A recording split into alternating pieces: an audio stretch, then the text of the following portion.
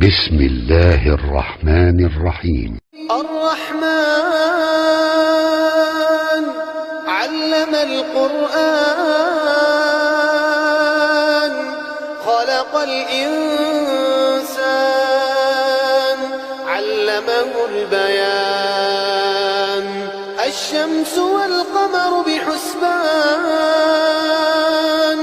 والنجم والشجر يسجدان والسماء رفعها ووضع الميزان ألا تطغوا في الميزان وأقيموا الوزن بالقسط ولا تخسروا الميزان والأرض وضعها للأنام فيها فاكهة والنخل ذات الأكمام والحب ذو العصف والريحان فبأي آلاء ربكما تكذبان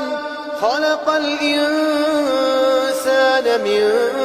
صلصال كالفخار وخلق الجن من مارج من نار فبأي آلاء ربكما تكذبان رب المشرقين ورب المغربين فبأي آلاء